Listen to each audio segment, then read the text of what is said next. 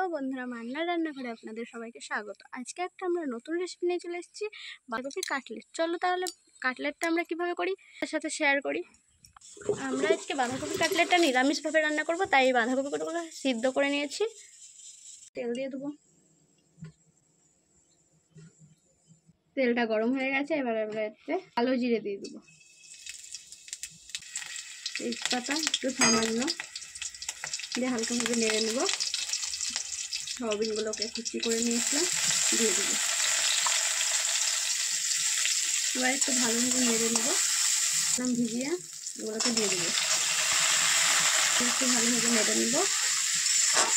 আর আমরা দিয়ে দেবো হলুদ পরিমাণ মতো।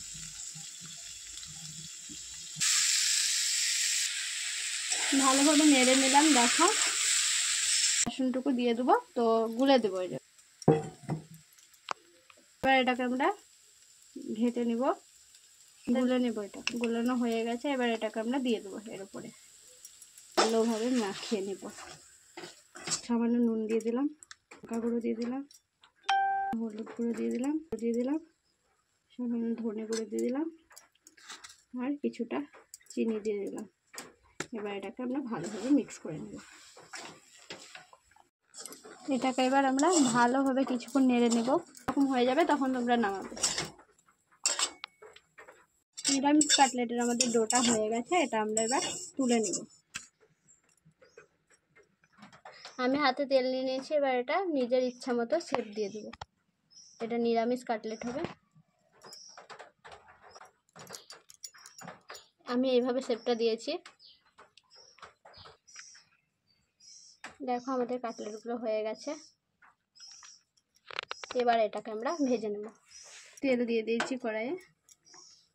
তেলটা গরম হয়ে গেলে, দেখো তেলটা গরম হয়ে গেছে, এবার আমরা এইগুলোকে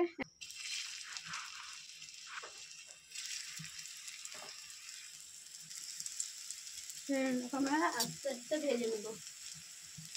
এবার আমরা উল্টে দেবো, এপিট উপিট করে ভালোভাবে ভেজে নেব। লাল লাল করে এটাকে আমরা ভেজে নেব। দেখো আমাদের ভালোভাবে লাল লাল করে ভাজা হয়ে গেছে, এটাকে আমরা তুলে নেব।